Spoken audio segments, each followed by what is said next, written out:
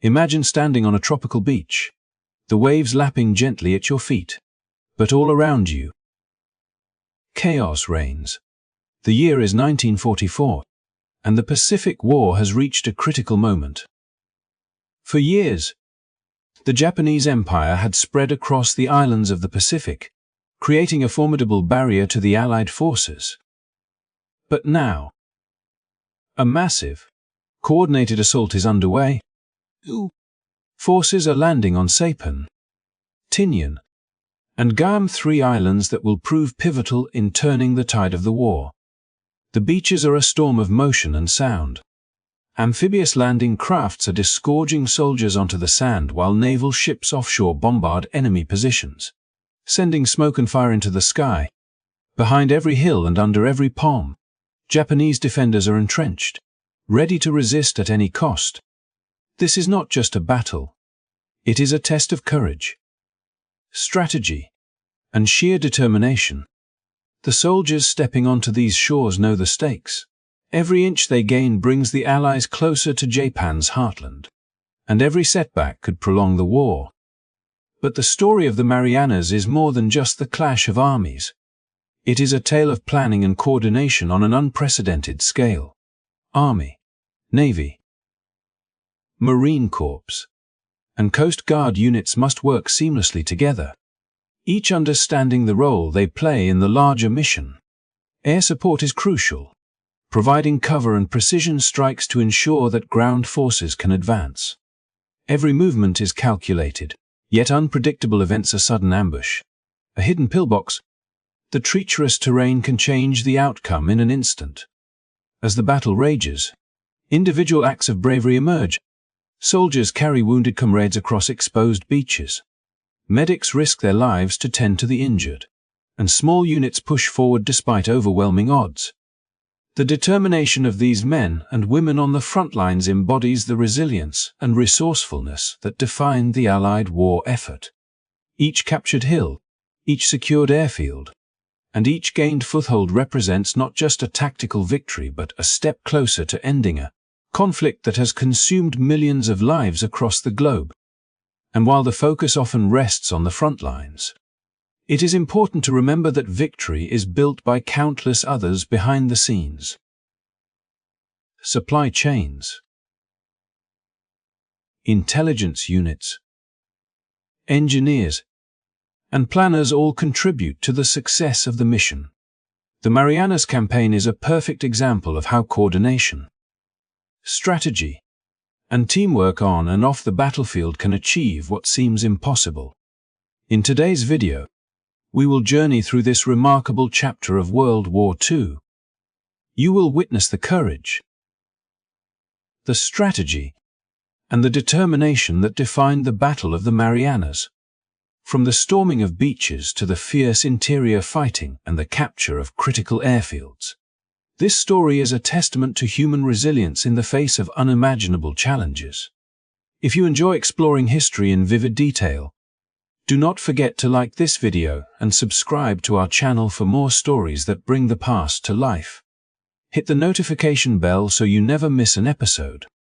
And join us as we uncover the turning points that shaped the modern world. As the first rays of dawn broke over the turquoise waters of the Marianas, the horizon was alive with the looming silhouettes of landing crafts cutting through the waves, each one carrying a mixture of apprehension and resolve. The air was thick with tension, as Army, Navy, Marine Corps, and Coast Guard troops prepared to face a battle that would test every ounce of their training, courage, and endurance.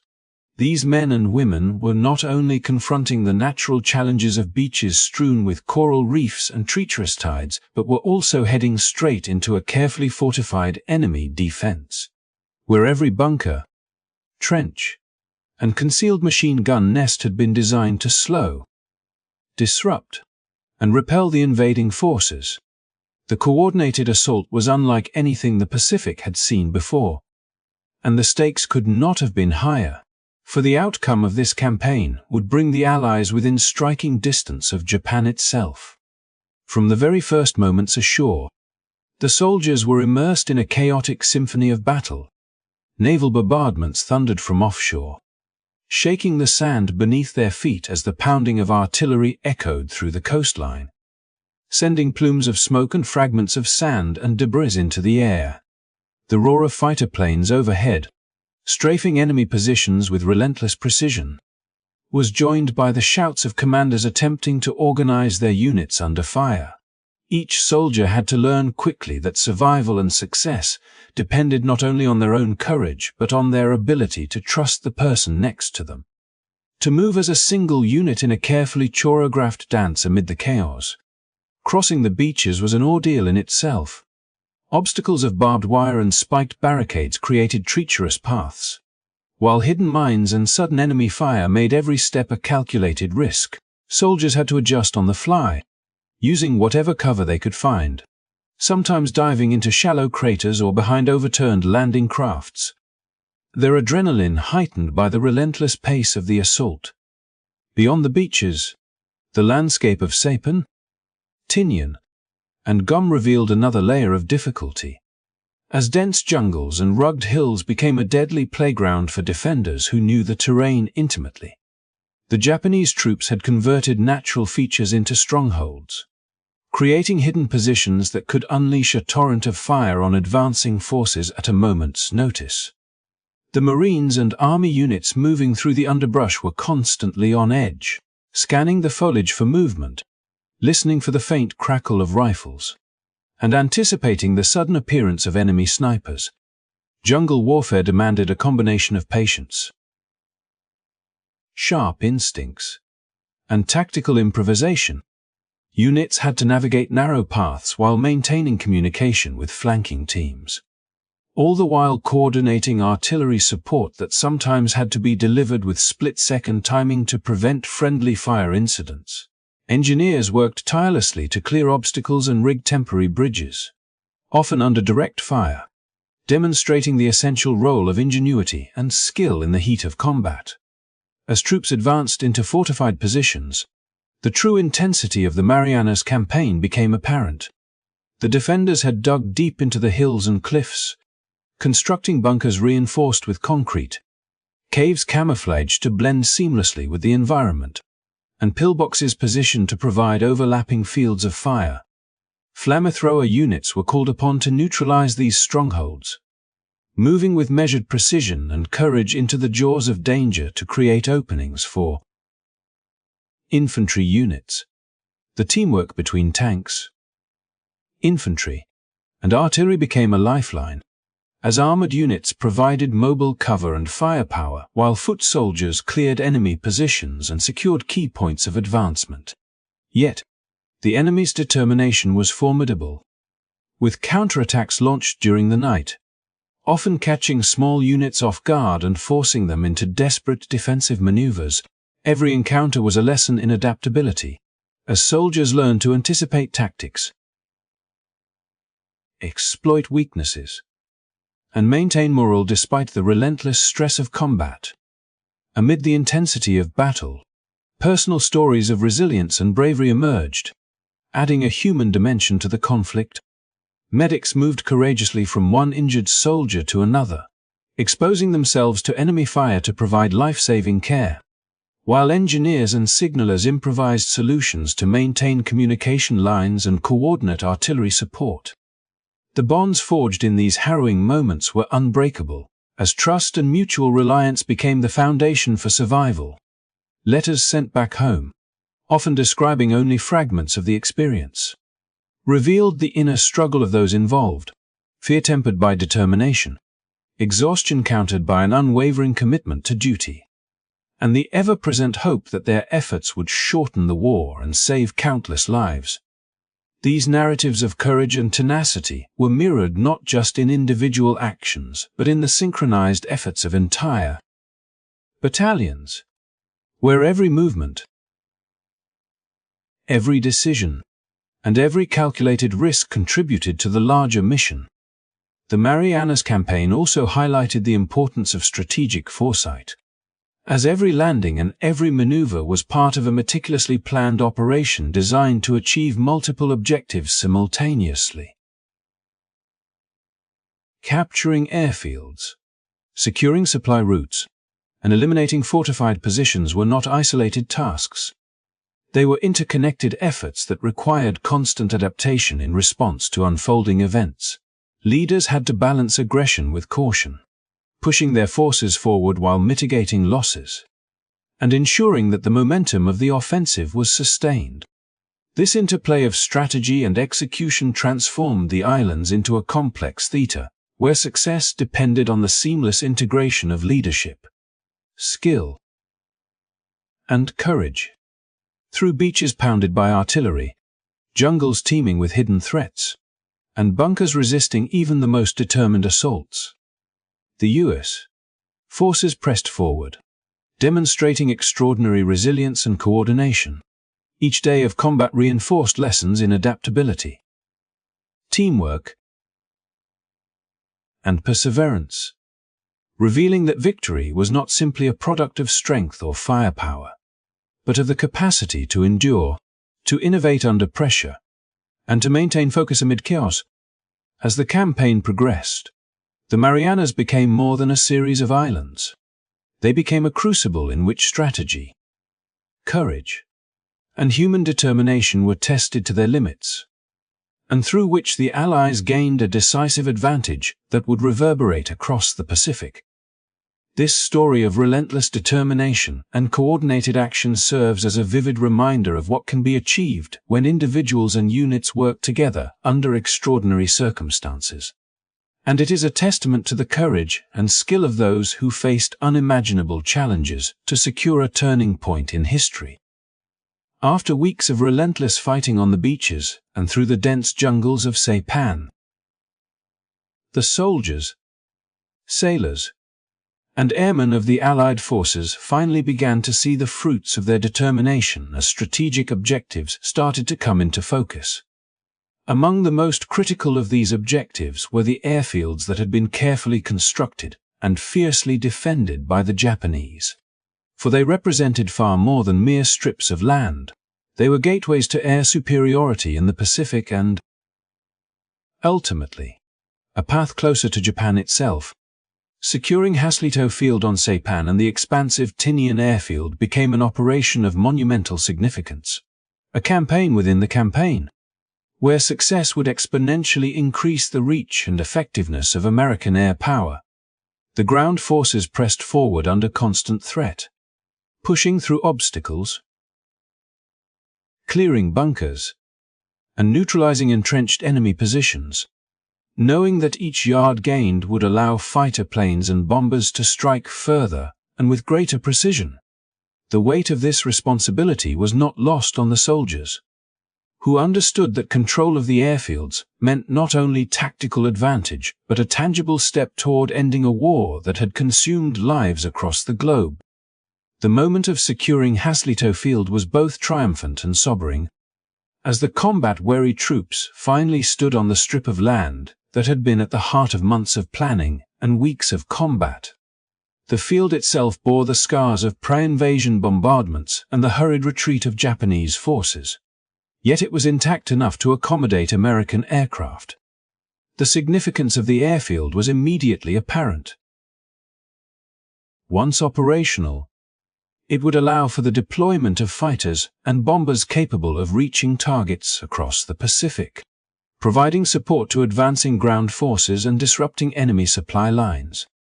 Soldiers who had just clawed their way through dense cane fields and jagged hills could look up and envision the American planes that would soon dominate the skies.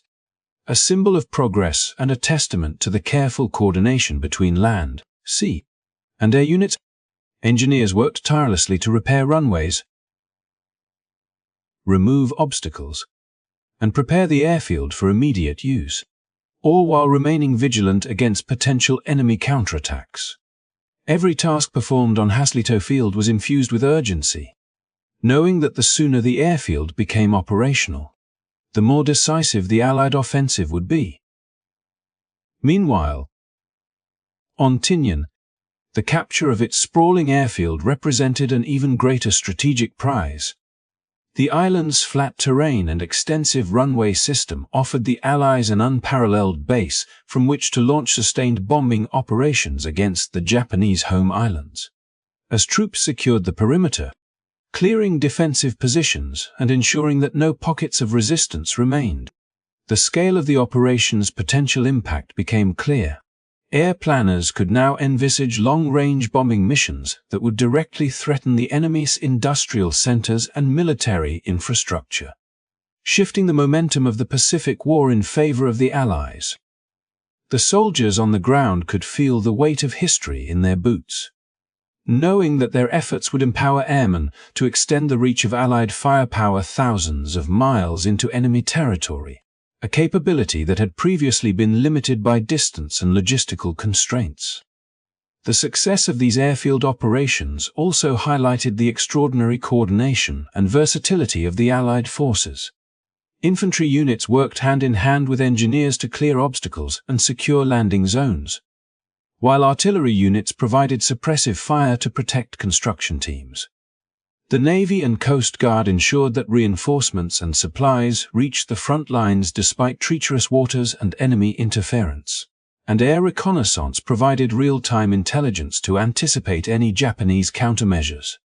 The interplay between these branches demonstrated not only military skill but also the ability to integrate complex operations under extreme pressure, where the margin for error was slim and the consequences of delay could be catastrophic. Each unit understood that their contribution, no matter how small, was essential to unlocking the strategic value of the airfields, and that the airfields themselves would become the keystone of subsequent operations across the Pacific theater. As the airfields transitioned from contested terrain to fully functional bases, the story of human ingenuity and resilience continued to unfold. Pilots, mechanics, and ground crews arrived to prepare the first sorties, their work a seamless continuation of the efforts of the ground troops who had cleared the land with such determination.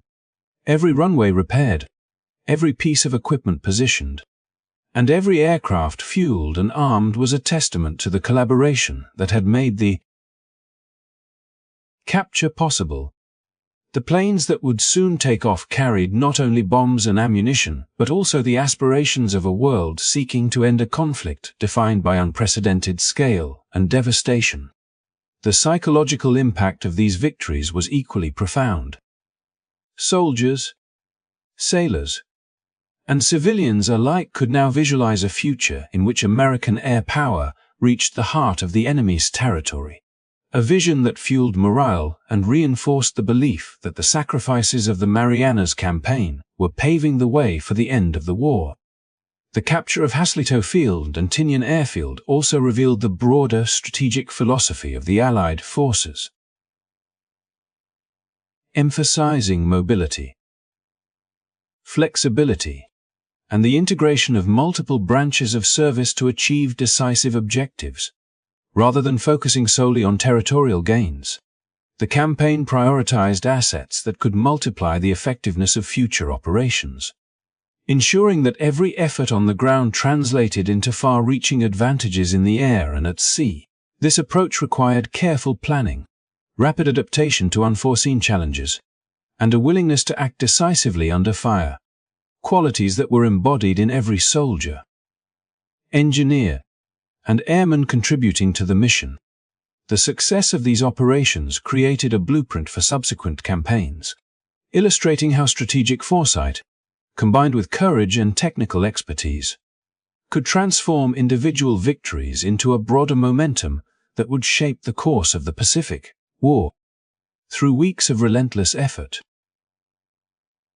extreme conditions, and constant danger, the capture and operationalization of Haslito Field and Tinian Airfield became a defining moment in the Pacific Campaign. It was a story not only of military achievement but of human determination, ingenuity, and coordination, where every individual's contribution amplified the collective success. The ability of American fighters and bombers to operate closer to Japan transformed the strategic landscape, setting the stage for subsequent operations that would bring the Allies ever closer to victory. In this way, the Marianas airfields stand as enduring symbols of how courage, skill, and meticulous planning can converge to achieve extraordinary outcomes, and how the valor of those who fought on the ground enabled a broader reach for those who would take to the skies to shape the future of the conflict. The battle for the Marianas did not end once the beaches were secured or the airfields captured. In many, that was only the beginning of a grueling struggle that would test the limits of every soldier involved. A battle where every street, every building, and every hillside could hide a lethal threat. As American forces pushed inland, the nature of the combat shifted from open beaches and jungles to a fragmented and deadly urban environment, where house-to-house fighting became a daily reality, and the once clear lines of engagement dissolved into a chaotic tapestry of danger and improvisation. Soldiers moved cautiously through shattered homes and bombed-out structures, knowing that enemy defenders could be lurking behind walls, under staircases, or even concealed within the rubble, ready to take advantage of any misstep. Every door opened, every corner turned, was a gamble, a confrontation where survival depended as much on alertness and courage as on firepower, and where the line between victory and disaster could vanish in an instant. The relentless nature of this combat demanded creativity and adaptability. Snipers posed a constant threat, picking off targets from hidden vantage points and forcing advancing troops to move under the cover of smoke or suppressive fire. Every foot of progress had to be measured against the risk of being exposed to precise, deadly shots. And soldiers quickly learned that coordination with fellow units was not optional but essential for survival. Flammers became vital tools, their fiery jets clearing entrenched defenders from fortified positions and caves, forcing the enemy out of places where conventional firearms could not reach. Engineers and infantry worked side by side, laying explosives to breach bunkers, demolishing barricades, and transforming the landscape into a series of tactical objectives that had to be captured one by one. The combination of small unit tactics and brute force created a harrowing rhythm of attack and counterattack, each victory earned through immense effort and repeated personal risk. Inside these contested spaces, the human dimension of warfare emerged in stark relief. The soldiers' fatigue was compounded by the ever-present danger and the psychological strain of urban combat, where the enemy's movements were unpredictable, and civilian structures provided both cover and concealment. Medics moved through the rubble-strewn streets, often under fire, attending to wounded comrades, their courage matching that of those on the front lines. Infantry squads developed an almost instinctive understanding of how to move together, covering each other's flanks, clearing rooms systematically, and communicating silently to coordinate their actions against enemies who could appear without warning. The environment itself, twisted metal, shattered concrete, and dense underbrush, became both an obstacle and a shield, demanding constant adjustment and situational awareness. The intensity of house-to-house combat also highlighted the versatility of combined arms tactics. As infantry, artillery, and armor had to work in concert to achieve their objectives. Tanks provided crucial mobile firepower, blasting open fortified positions and suppressing enemy strongpoints, while artillery units delivered precise support to reduce resistance ahead of advancing troops. Flamethrower teams followed close behind, eliminating enemy forces hiding in bunkers and caves that might otherwise have stalled progress for days.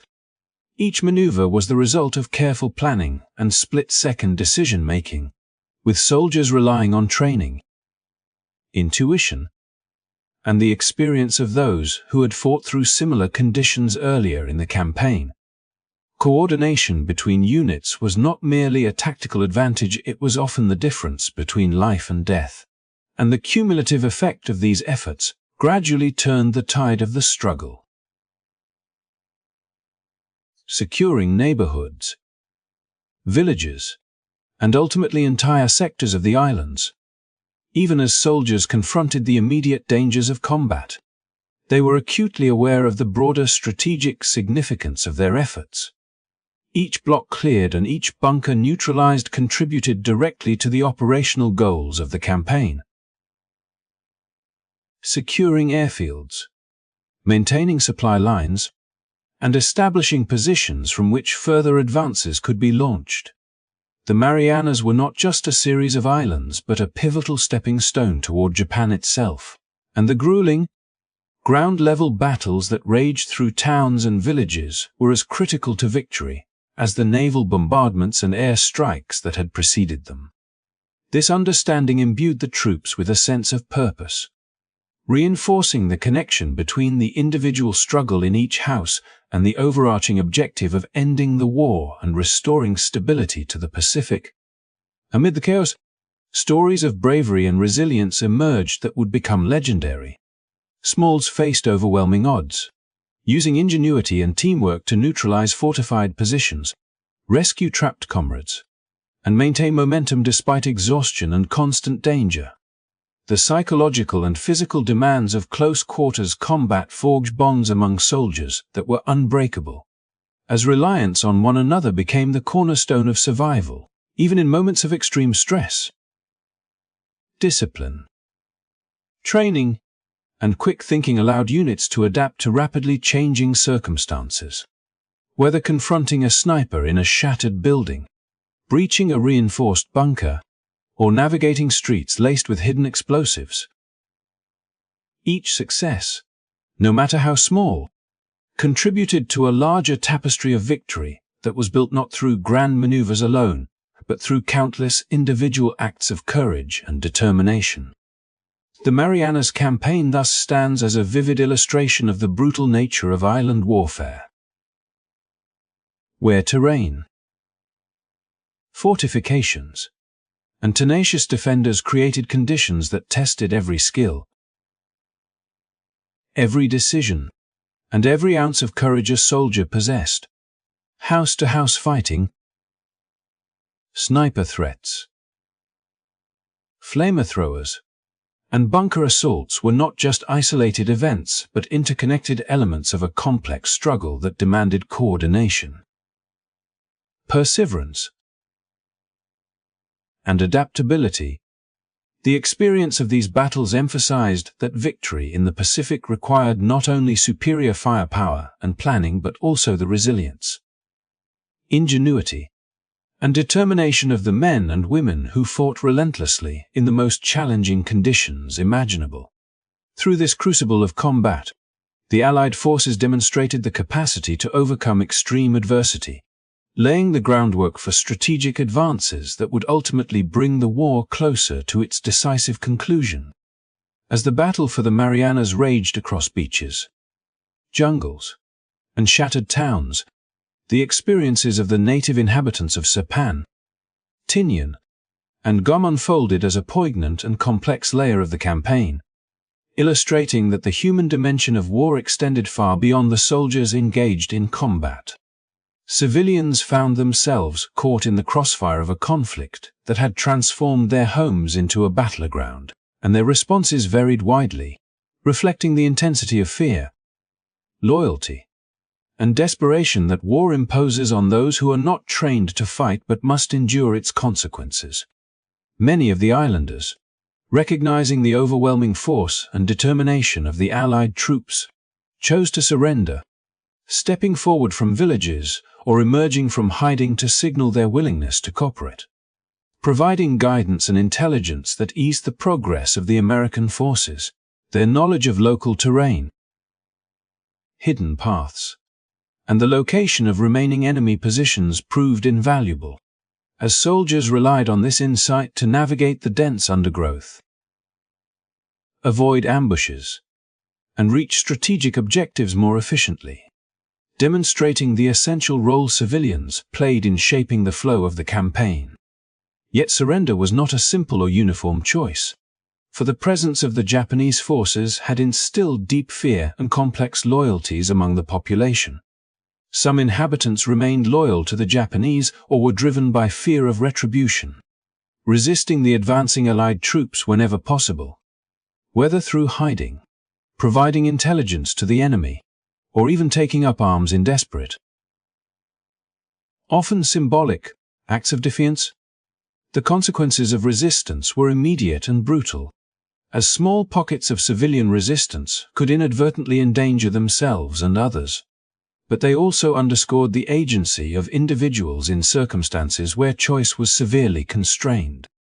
The psychological strain on both the natives and the soldiers navigating this environment was palpable. Trust had to be carefully gauged, and every interaction carried the weight of potential consequences for lives on both sides. Soldiers learned to approach civilians with caution, assessing intentions while still seeking cooperation, knowing that the human terrain was as important to success as the physical one. Amid this spectrum of surrender and resistance, there were the most tragic and extreme consequences of war: suicide.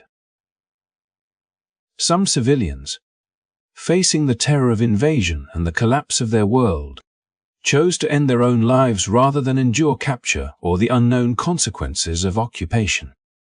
These acts reflected the unbearable pressures imposed by a conflict that had reached every corner of the islands, leaving individuals to confront unimaginable choices with no good options, and underscoring the profound human cost of a war fought in intimate and personal spaces. Soldiers who witnessed these tragedies carried the memory forward, a stark reminder that the battlefield extended beyond the immediate enemy lines to encompass the hearts and minds of those who had done nothing to provoke the violence, but were swept into its currents. The interplay of surrender, assistance, resistance, and desperation painted a vivid and often harrowing picture of the war's impact on ordinary people, showing that every advance of Allied forces came with both strategic gain and human consequence. Those civilians who offered assistance became unexpected allies, guiding troops through terrain that would otherwise have slowed operations and pointing out enemy positions hidden among the hills, caves, and ruined buildings. They helped with local logistics, bringing water, food, or information, and their presence provided a moral boost to soldiers who were exhausted from continuous combat. Seeing tangible signs that their efforts were not in vain and that people on the islands were invested in the outcome of the campaign, these interactions were not without risk. Helping Allied forces could provoke retaliation from Japanese soldiers, placing both civilians and soldiers in precarious positions. Nevertheless, the willingness of many islanders to engage, even in small ways, demonstrated courage and humanity in circumstances dominated by fear, violence, and uncertainty, bridging the gap between military objectives and the lived realities of the island's inhabitants. The duality of human behavior in the Marianas: cooperation and resistance, surrender and defiance, survival and despair also had strategic implications, as the treatment of civilians could influence the speed and effectiveness of operations. Soldiers were instructed to manage interactions with care, offering protection to those who surrendered and respecting local structures whenever possible, recognizing that alienating the population could prolong conflict and hinder the establishment of secure positions. The American command understood that the island's inhabitants were not passive witnesses, but active participants in the theater of war, and integrating their experiences, knowledge, and responses into operational planning became a crucial component of campaign success.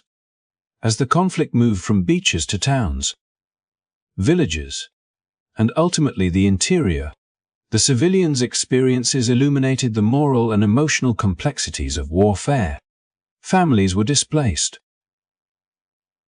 homes destroyed, and lives irrevocably altered, yet through acts of surrender, assistance, or resistance, they asserted a form of agency that shaped the unfolding of the campaign. The soldiers, in turn, absorbed these lessons, learning to balance aggression with restraint, to recognize humanity amidst violence, and to understand that victory in the Pacific required more than brute force. It required a careful navigation of human relationships, perceptions, and choices under extreme pressure. By the end of the campaign, the stories of the native inhabitants became inseparable from the narrative of military success, reminding all who reflected on the Marianas that war is never only about strategy and tactics but also about the lives and choices of ordinary people caught in extraordinary circumstances. Their courage, their despair, and their decisions were as much a part of the history of the Marianas as the capture of beaches and airfields, the neutralization of bunkers, or the advance of Allied forces across the islands, offering a sobering and essential reminder that the human cost of war resonates long after the last gunfire has faded.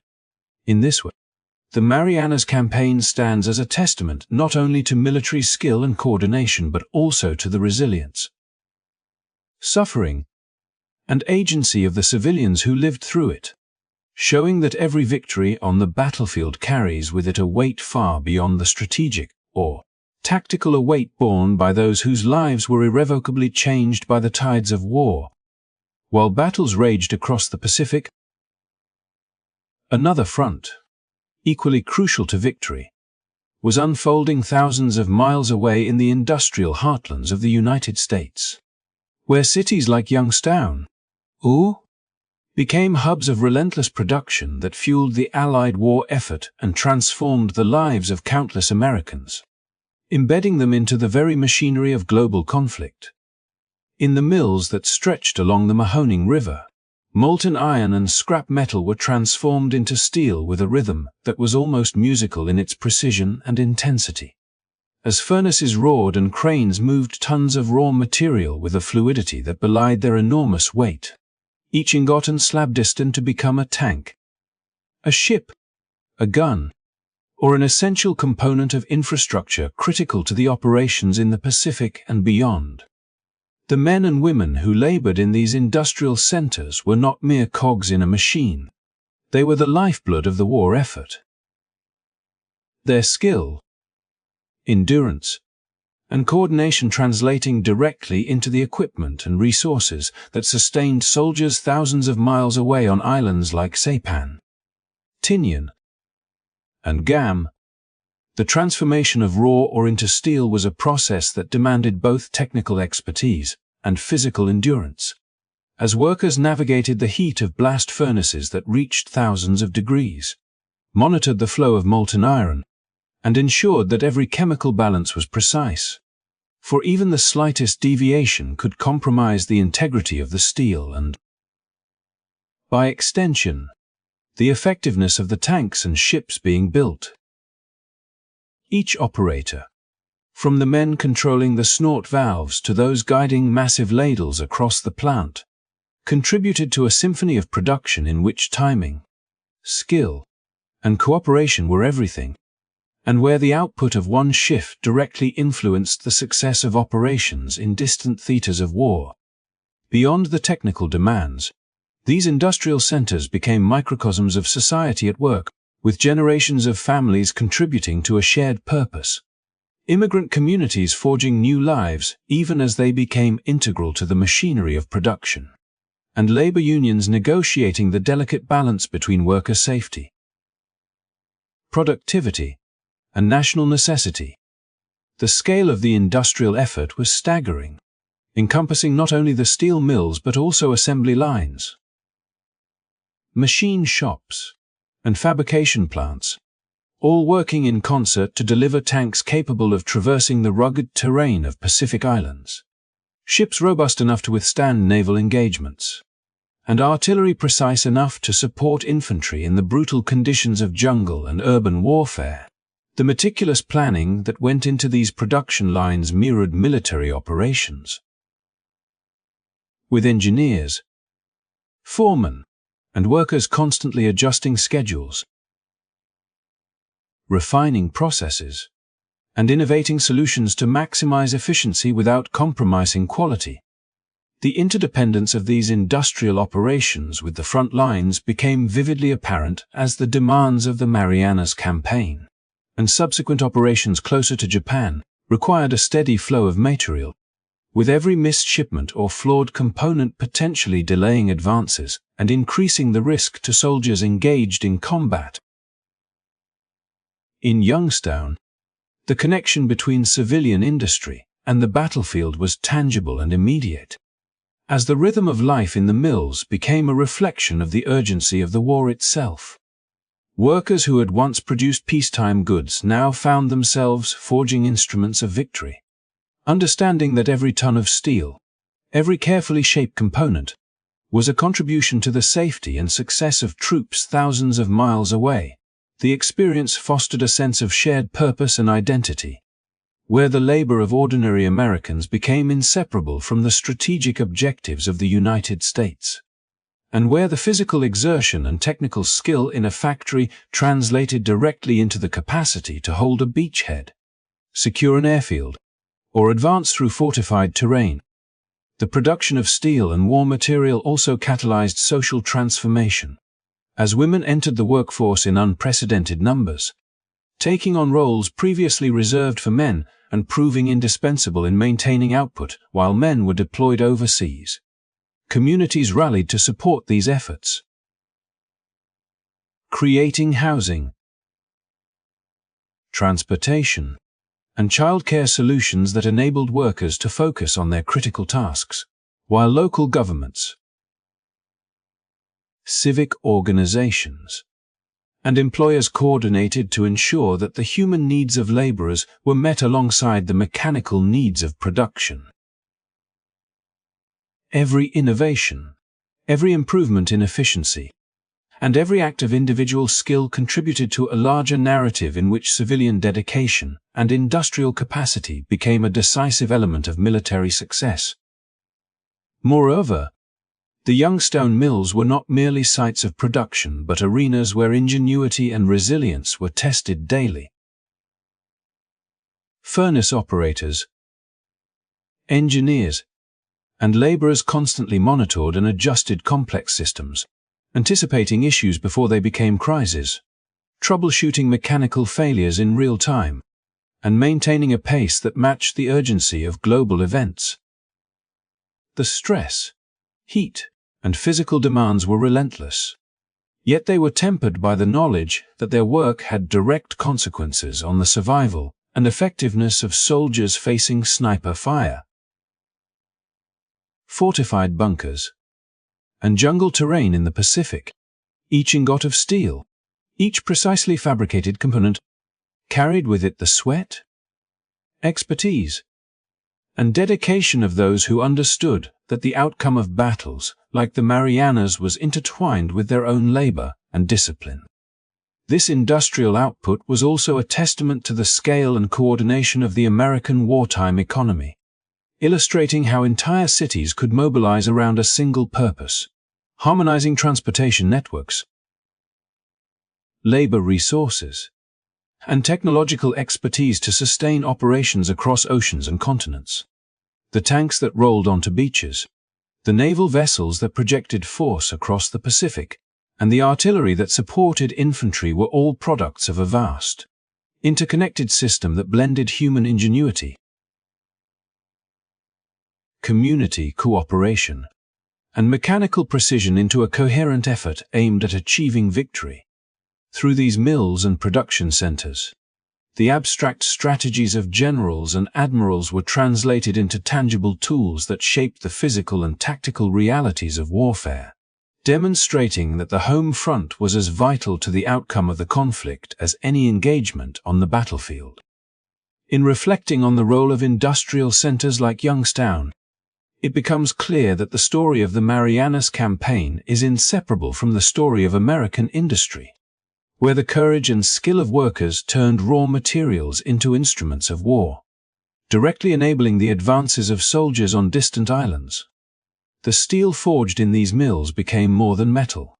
It was the backbone of strategy, the lifeline of operations, and a symbol of national unity, linking the efforts of civilians with the courage of soldiers in a shared pursuit of victory. This synthesis of industrial might and military action underscores the multifaceted nature of war, showing that triumph on the battlefield depends as much on the dedication, innovation, and resilience of those far from the front lines as on the valor and perseverance of those who fight, bridging the gap between production lines and Pacific shores, and making clear that the collective effort of an entire nation can shape the course of history. In the midst of Youngstown's relentless industrial tempo, where furnaces blazed and molten steel hissed like the breath of a living beast, the dedication of individual laborers became a narrative thread that gave human texture to the vast machinery of wartime production, illustrating how the commitment, skill, and resilience of ordinary men and women directly shaped the outcome of battles thousands of miles away in the Pacific.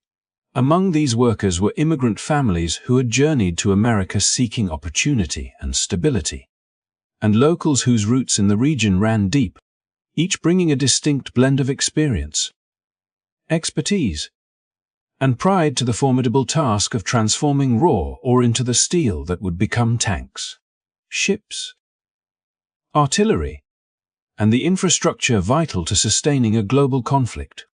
Men like Frank Meal, who had arrived from Italy decades earlier and built a life not only for himself but for future generations, exemplified the personal stakes intertwined with national necessity, balancing the physical demands of furnace work with the knowledge that every ingot poured, every ladle maneuvered, had consequences far beyond the walls of the mill, reaching the front lines where soldiers faced sniper fire, jungle warfare, and entrenched fortifications. Earl Strong, whose ancestry traced back to early colonial settlers from England, carried a different but equally profound legacy, merging generations of experience with a commitment to excellence that resonated throughout the open-hearth operations he supervised. His understanding of the steel-making process went beyond mechanical precision. It was informed by intuition, practice, and a deep sense of responsibility, knowing that even the smallest miscalculation could ripple outward to impact the effectiveness of troops fighting under harsh conditions on distant islands. Each day in the mills demanded not only technical skill but remarkable endurance, as the heat of blast furnaces, the deafening noise of overhead cranes, and the sheer weight of labor created an environment that tested both physical and mental limits. Yet the workers met these challenges with a quiet resilience. Their determination mirrored in the precision of the steel they produced and the reliability of the output that would later become instrumental in campaigns like the Marianas. The interplay between immigrant and local laborers also created a rich tapestry of human cooperation, as knowledge was shared across cultural lines and personal histories converged toward a shared purpose, fostering an environment where mentorship, innovation, and collaboration thrived under extreme conditions. Apprentices learned from seasoned operators, techniques honed over decades were passed on, and improvisation became a hallmark of the workforce, allowing for adaptations to machinery, process adjustments, and rapid problem-solving when unanticipated challenges arose. This dynamic not only enhanced productivity, but also instilled a sense of ownership and pride, as each worker understood that their contribution was not an isolated task, but part of a larger national endeavor, linking the toil of the mills to the courage of soldiers storming beaches, advancing through jungles, and securing strategic airfields in the Pacific theater. Stories of individuals navigating these conditions illuminate the human dimension of wartime industry, where laborers confronted both the physical extremes of heat, heavy metal, and constant motion, and the psychological weight of responsibility. Frank Meal, for instance, drew strength from the knowledge that his children and grandchildren would inherit a world shaped by the choices and sacrifices of the present. And Earl Strong found motivation in connecting the historical lineage of his family with the immediate demands of wartime production, recognizing that the integrity of steel forged under their supervision directly influenced the lives of those engaged in combat far from Io. These personal stakes imbued routine industrial tasks with significance, transforming repetitive labor into acts of national service, where every adjustment of the snort valve, every careful pouring of molten iron, and every precise timing of ladle movement carried the weight of strategic importance. The diversity of the workforce also reflected broader societal shifts induced by wartime necessity, as women and previously underrepresented groups entered the mills to fill gaps left by men deployed overseas, and cross-cultural collaboration became not just beneficial but essential. The integration of these workers into complex production processes demonstrated adaptability and resilience, as the community collectively responded to unprecedented demands, harmonizing skill sets, schedules, and interpersonal dynamics to sustain output that matched the scale and urgency of the war effort. The personal stories of individuals like Meal and Strong became emblematic of this broader mobilization, highlighting how courage and skill in extreme conditions were not confined to the battlefield, but extended into factories, open hearth operations, and every corner of industrial America, as the mills continued to operate with unyielding intensity, producing the tanks, naval vessels, and artillery that would later define campaigns across the Pacific. The laborers' contributions became inseparable from the narrative of military success. The human effort embedded in each piece of steel symbolized a tangible connection between the home front and the front lines, illustrating that industrial skill, dedication, and ingenuity were as critical to victory as tactical planning and battlefield bravery. Each individual, whether immigrant or local, embodied the principle that war is waged not only with weapons but with sustained human effort, and that the outcomes of distant battles depend as much on the precision, resilience, and cooperation of civilians as on the courage of soldiers.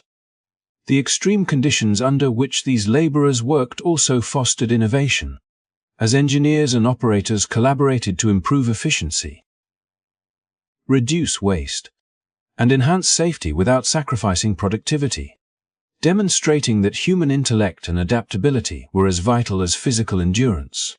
The shared experiences of enduring heat, noise, and demanding schedules created a sense of solidarity and purpose, with each worker acutely aware that their labor directly supported those facing life and death struggles across the ocean.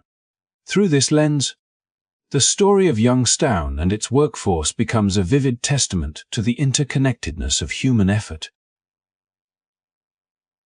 industrial capability, and military strategy, showing that the sacrifices, skill, and dedication of individuals in extreme conditions were a fundamental component of the United States' capacity to project power, sustain operations, and ultimately achieve victory in one of the most challenging theaters of war.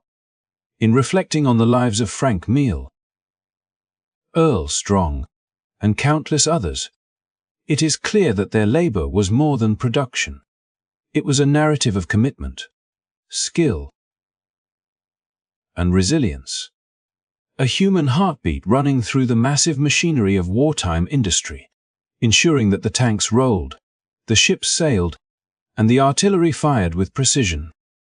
Their stories demonstrate that the course of history is shaped not only by generals and strategy, but by the dedication, ingenuity, and perseverance of ordinary people confronting extraordinary circumstances, forging victory in the crucible of both furnace and front line, and reminding us that the human element is inseparable from the steel and fire that define the machinery of war. As the men of Youngstown and countless other industrial cities were called to serve overseas, a critical vacuum emerged on the home front, compelling communities to mobilize in ways previously unimaginable.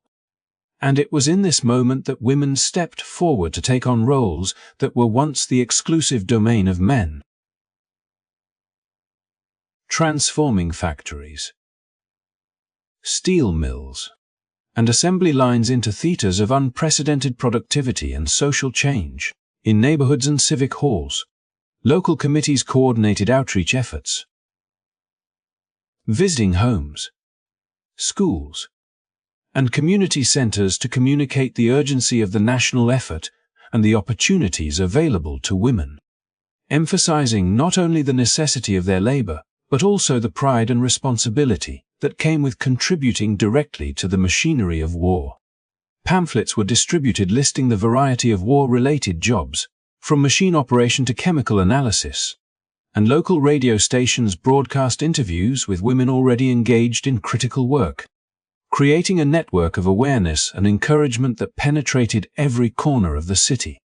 The psychological impact of these initiatives was profound, as women who had never before entered industrial employment began to envision themselves as integral contributors to a collective mission, their confidence and determination matching the intensity of the furnaces and machinery they now operated. Training programs were rapidly developed to equip these new workers with the skills necessary to maintain production standards that rivaled, and often exceeded, those of experienced male employees, while community support systems addressed practical challenges such as transportation, childcare, and housing, allowing women to devote themselves fully to their work without compromising family responsibilities. Instruction was hands-on and rigorous, with seasoned operators guiding newcomers through the complex processes of steelmaking, assembly, and quality control, ensuring that the workforce could sustain the pace required by military demands. Apprenticeship models flourished, mentorship became standard practice, and a culture of continuous improvement emerged as women quickly adapted to the technical and physical demands of wartime production, demonstrating remarkable agility and competence under circumstances that were often harsh and unforgiving. The introduction of women into the industrial workforce was not simply a matter of filling gaps. It represented a transformation in the dynamics of labor, productivity, and social cohesion. Shift schedules were restructured to maximize output, with flexible hours accommodating both family obligations and production requirements, while local governments and employers collaborated to provide amenities such as hot meals on site, recreational activities, and access to medical care, recognizing that the well-being of workers directly influenced their efficiency and the overall effectiveness of the industrial operation. By addressing the holistic needs of the workforce, these initiatives ensured that morale remained high, turnover was minimized, and absenteeism was reduced, creating a sustainable model of productivity that could meet the extraordinary demands of war without sacrificing the human dignity of those performing it. Women in Youngstown and other war production centers quickly proved their capabilities, mastering complex machinery, coordinating logistics, and even innovating solutions to operational challenges, sometimes devising methods to improve throughput, reduce material waste, or enhance safety measures. Their presence reshaped workplace culture, fostering collaboration between genders, bridging generational and cultural divides, and creating a sense of shared purpose that reinforced community identity and strengthened commitment to the national cause. Each successful shift, each flawlessly executed task, was a demonstration of how civilian dedication could match the discipline and resolve of soldiers on the battlefield, illustrating the critical interdependence between the home front and combat operations in distant theaters like the Pacific Islands. The impact of women's integration into the workforce extended beyond immediate productivity gains. It had profound social implications, challenging traditional gender roles and reshaping expectations about who could contribute to national defense and how. Civic organizations and labor unions collaborated to ensure that women received fair training, equitable pay where possible, and recognition for their contributions, reinforcing the idea that wartime labor was a shared civic duty rather than a temporary deviation from societal norms. Over time, This experience not only bolstered the war effort but also laid the foundation for future shifts in labor demographics, education, and social mobility, as women who had proven their capabilities during the war continued to influence workplaces and communities long after hostilities ended. Community-based initiatives played a complementary role, extending support to families, providing temporary housing near factories, establishing childcare programs, and facilitating transportation, all of which enabled women to participate in industrial production without compromising their home responsibilities. Local committees, volunteers, and municipal authorities coordinated these efforts with remarkable precision, ensuring that logistical barriers did not hinder participation and that workers could remain focused on their critical roles. By creating a supportive ecosystem, these communities amplified the effectiveness of the workforce, enabling rapid scaling of production to meet the exacting demands of military campaigns and bridging the gap between civilian capabilities and wartime necessity. The combination of training, mentorship, and community support generated a workforce capable of sustaining the extraordinary pace required to produce tanks, artillery, naval vessels, and other essential military hardware, directly impacting the effectiveness of operations on islands like Saipan, Tinian, and Guam, where the availability of equipment and supplies was often the determining factor in mission success. Women became indispensable to this system, not merely filling vacancies but enhancing the resilience, adaptability, and capacity of the industrial apparatus, proving that human ingenuity and determination could overcome both physical limitations and societal expectations.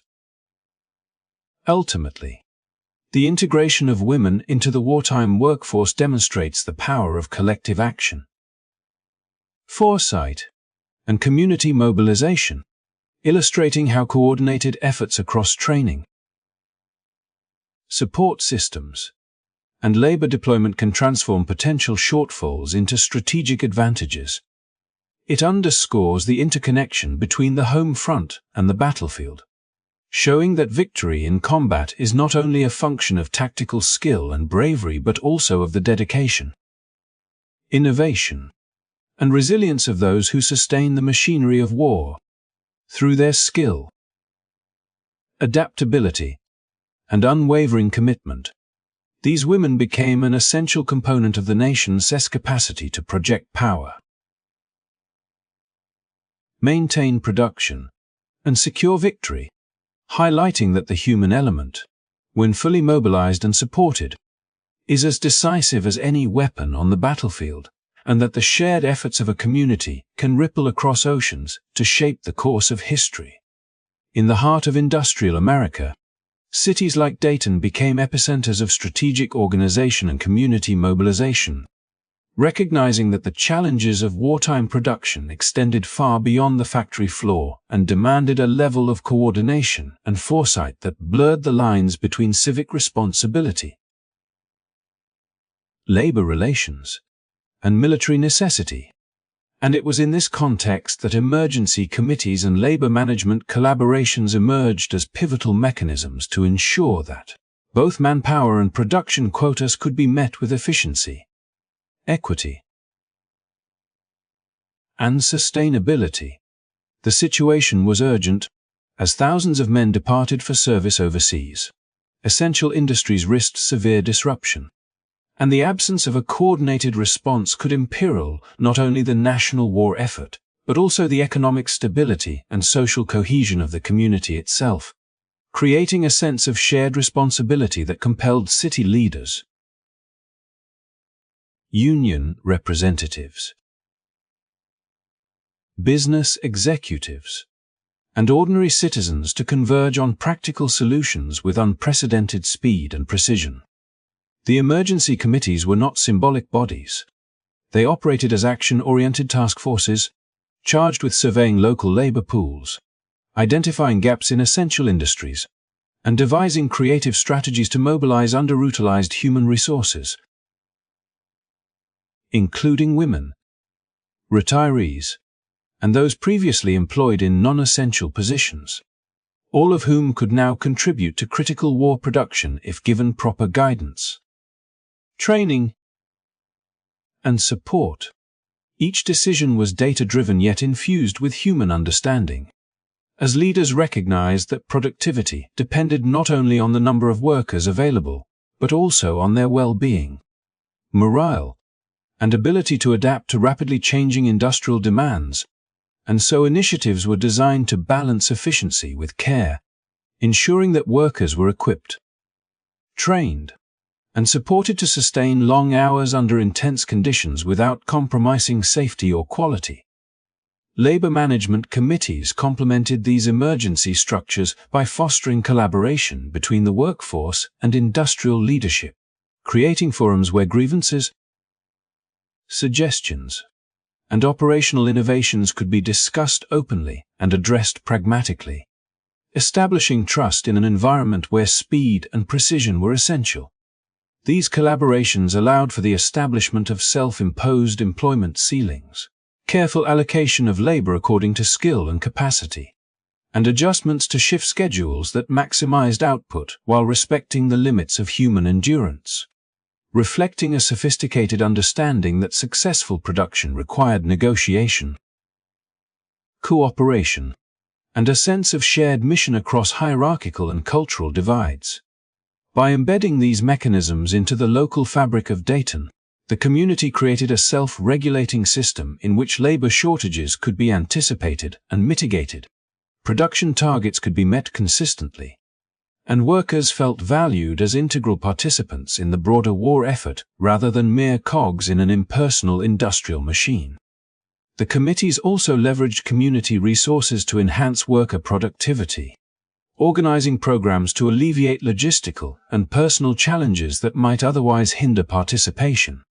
Transportation systems were adapted to ensure timely arrival at factories. Housing solutions were developed to accommodate influxes of workers relocating for employment.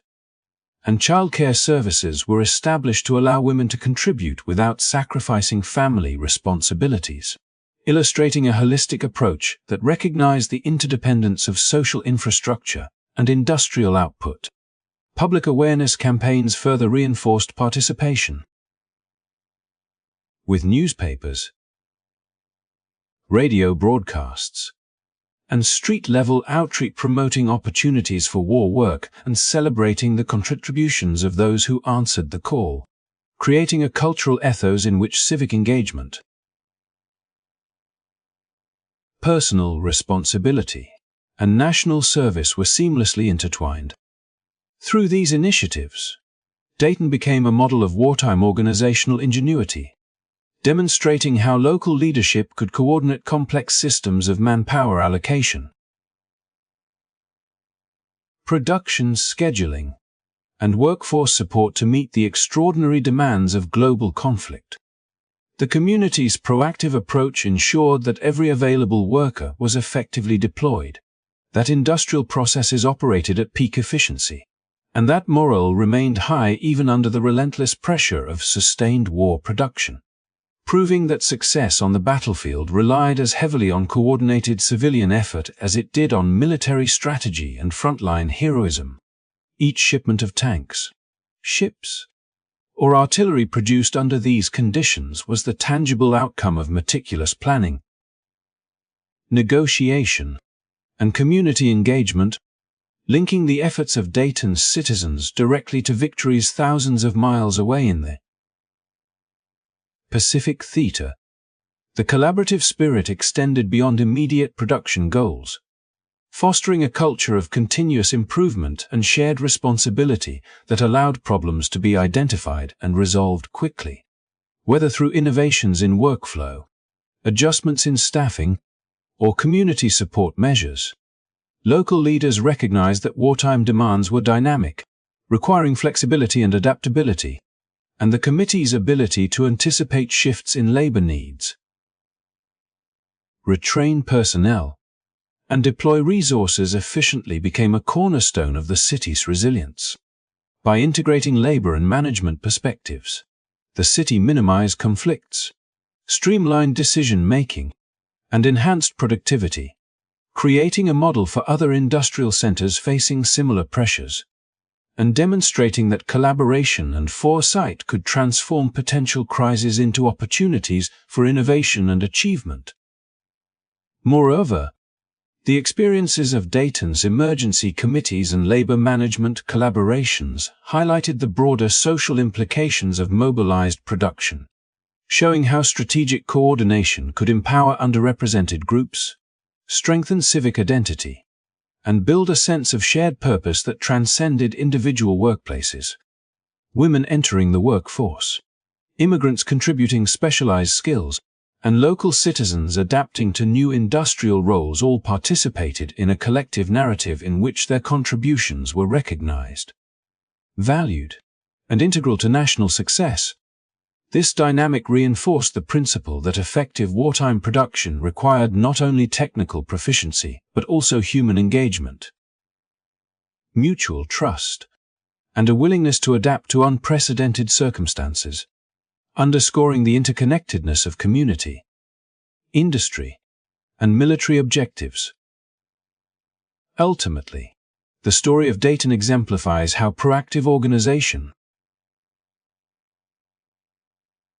collaborative leadership, and community commitment could meet the extreme challenges of wartime production, ensuring that manpower shortages did not compromise national security and that the human element remained central to industrial achievement.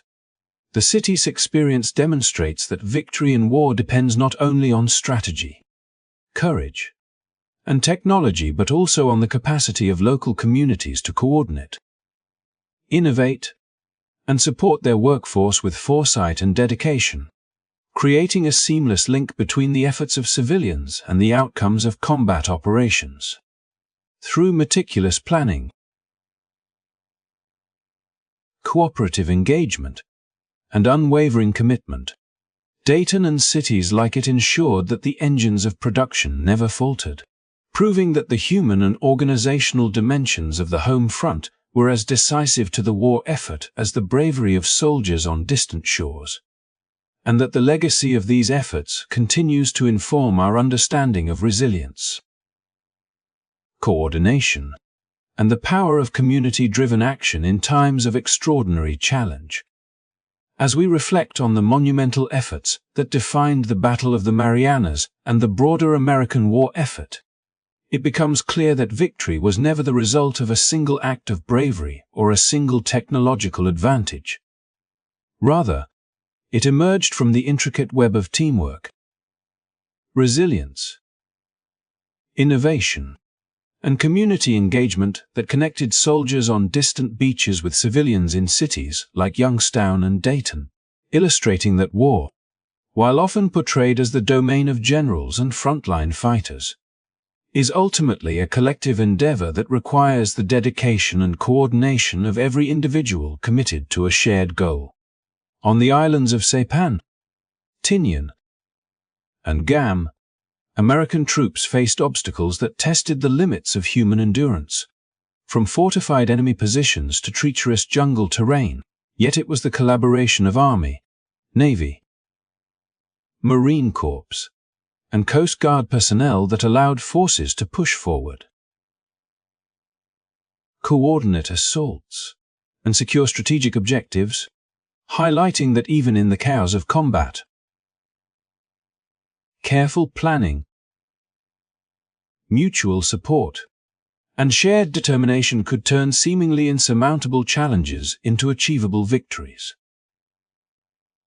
Every landing, every advance, and every engagement required a level of communication and trust among units that was as sophisticated as any industrial production line back home. And it is this same spirit of collaboration that mirrored the mobilization of civilians supporting the war effort on the home front, reinforcing the idea that success in one sphere depended on success in the other. Back in the industrial centers of America, the machinery of war was kept in motion by a workforce that combined skill, dedication, and adaptability, often under extreme conditions that demanded innovation and perseverance. Immigrant and local laborers, men and women alike, worked side by side to produce tanks, ships, artillery, and the countless components that enabled troops overseas to operate effectively. Figures like Frank Meal, who had come to the United States decades earlier, and Earl Strong, whose family had been in the country for generations, exemplified this commitment, demonstrating that individual effort, when aligned with collective purpose, could generate outcomes of extraordinary significance. Women, recruited to fill gaps left by men in military service, adapted quickly to industrial roles, learning complex processes, maintaining high standards of quality, and balancing the demands of work with family responsibilities, showing that resilience and flexibility were not limited to the battlefield, but were equally vital in the factories, mills, and shipyards that underpinned every operational success.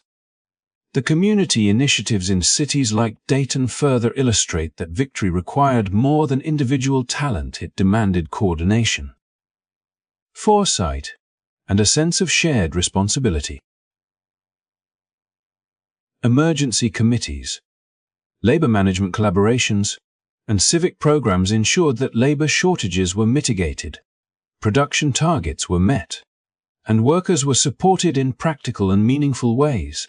From housing and transportation to training and childcare, these local systems created an ecosystem in which the human element of production could thrive, demonstrating that innovation and problem-solving were not confined to technology or tactics, but extended into the organization of society itself. The careful planning, clear communication, and adaptability of these communities meant that when soldiers were engaged in intense combat overseas, they could rely on a steady flow of equipment, supplies, and reinforcements, linking the courage and skill of those on the front lines with the ingenuity and dedication of civilians thousands of miles away. Taken together, the interconnected efforts of battlefield strategies and home front mobilization reveal a profound truth about the nature of success in times of conflict. It is never a solitary achievement, but a symphony of coordinated action, where every role, no matter how small it may seem, contributes to the outcome.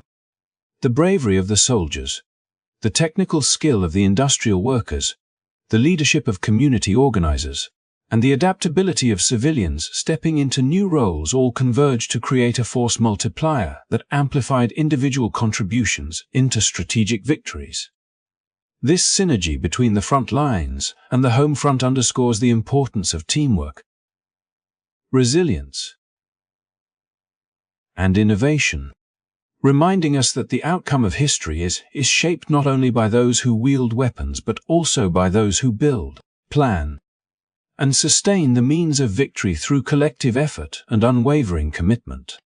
As we close this story, it is worth reflecting on the lessons it offers for today and for the future, that human potential is amplified when communities come together, when challenges are met with creativity and determination, and when every individual recognizes that their efforts, however modest, are part of something far greater.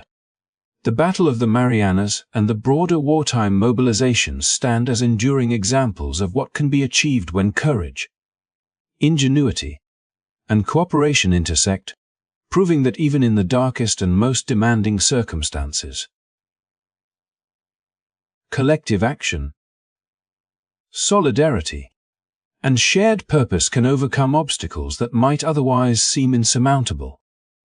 Thank you for joining this journey through history and exploring the intertwined efforts of soldiers, workers, and communities that contributed to victory. If you enjoyed this story, please like and subscribe to our channel to support more in-depth explorations of history and human resilience. May you have a restful night, and good night to all.